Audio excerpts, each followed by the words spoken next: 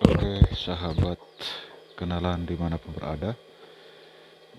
Bagi teman-teman yang ingin membuat rangkaian atau ingin memperoleh listrik secara gratis yang dengan harga terjangkau tentunya, kali ini saya akan menjelaskan atau menceritakan pengalaman saya dan bagaimana cara saya merangkaikan rangkaian listrik ini, PLTS ini. Dan pada saat ini saya menggunakan modul dengan daya sebesar 50 BP seperti yang teman-teman lihat dalam video ini. 50 BP ini adalah modul yang sebelumnya dibagikan secara gratis oleh pemerintah, dan ini dibagikan seluruh masyarakat yang berada di wilayah kami ini, karena di wilayah kami ini belum terjangkau listrik sama sekali. Dan waktu itu pemanfaatan hanya untuk penerangan, belum bisa untuk kebutuhan-kebutuhan lain seperti untuk cas HP dan juga kebutuhan-kebutuhan lain yang membutuhkan arus AC. Dan setelah itu, setelah 2 tahun kemudian, saya berinisiatif untuk mencari tahu referensi kira-kira bagaimana ada kemungkinan apabila kita menggunakan aki dengan kapasitas besar untuk disandingkan dengan modul dengan ukuran 50 BP tadi. Dan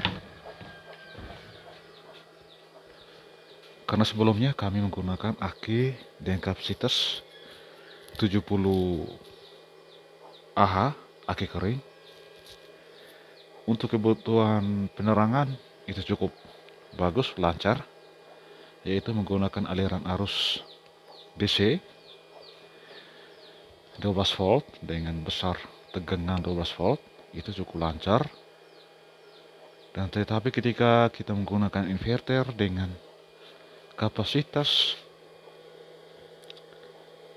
atau dengan daya 500 watt mengalami kendala karena arusnya cepat habis. Dengan kapasitas aki hanya 70 ampere hours. Dan kemudian saya terus melakukan percobaan-percobaan dengan menambah aki, yaitu untuk membesar kapasitas. Akhirnya saya menggunakan atau membeli aki bekas. Ini aki bekas ini saya gunakan waktu itu, dan saya gabungkan dengan modul tadi, modul 50 BP. Dan lama pengecasan untuk sampai full ini dia bisa memakan waktu 5 hari untuk cuaca normal, untuk 5 hari dengan SCC BBM tadi. Sebelumnya saya menggunakan BBM hitam ini, SCC yang ini. Dan sekarang saya sedikit mengupdate, saya menggunakan SCC ini. SCC yang ini, dan saya melakukan pemasangan secara dengan settingan default, karena memang settingan di dalam itu sesuai dengan baterai VRLA. Memang sekarang agak berantakan seperti yang Bapak lihat ini, seperti yang teman-teman lihat ini, agak berantakan karena saya masih membenahinya satu-satu. Dan untuk sementara pada saat itu ketika saya menggunakan baterai VRLA ini memang lancar-lancar saja, bahkan untuk setiap kebutuhan saya lancar. Nah, dan kemudian setelah itu saya mencari tahu lagi referensi, kira-kira ada kemungkinan lain atau apakah ada baterai jenis lain yang mungkin kualitasnya bagus yang untuk saya gabungkan dengan baterai VRLA ini.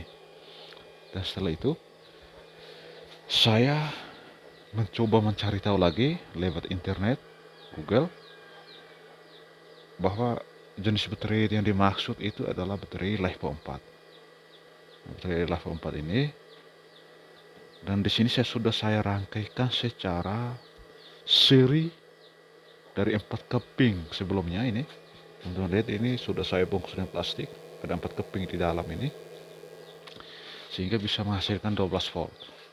Nah, dan ini ada BMS-nya ini. BMS saya gabungkan dengan aki ini. Dan dalam rangkaian ini saya mencoba untuk menambahkan MCB ini yang fungsinya untuk ketika saya menggunakan arus AC untuk pengecasan. Nah, saya tinggal menggunakan MCB ini untuk memasukkan arus ke dalam inverter ini yang kemudian digunakan untuk mengecas HP. Dan di sini saya dibantu dengan alat yang ini, yaitu wattmeter. Nah, seperti yang teman-teman lihat ini, bahwa pada saat ini saya menggunakan beban HP 1 biji ini. Satu buah HP ini ternyata dayanya itu adalah 22,5 volt. Nah, ini kita bisa dikontrol lewat angka-angka yang termuat di dalam wattmeter ini.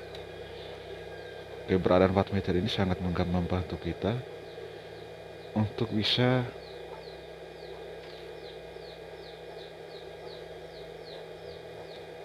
menggunakan perangkat secara seimbang. Nah, secara seimbang sesuai dengan besar inverter ini, tower ini. Nah, inverter ini sebelumnya saya membeli dengan harga 13.000, dan saya sangat beruntung mendapat inverter ini. PSW dengan harga murah.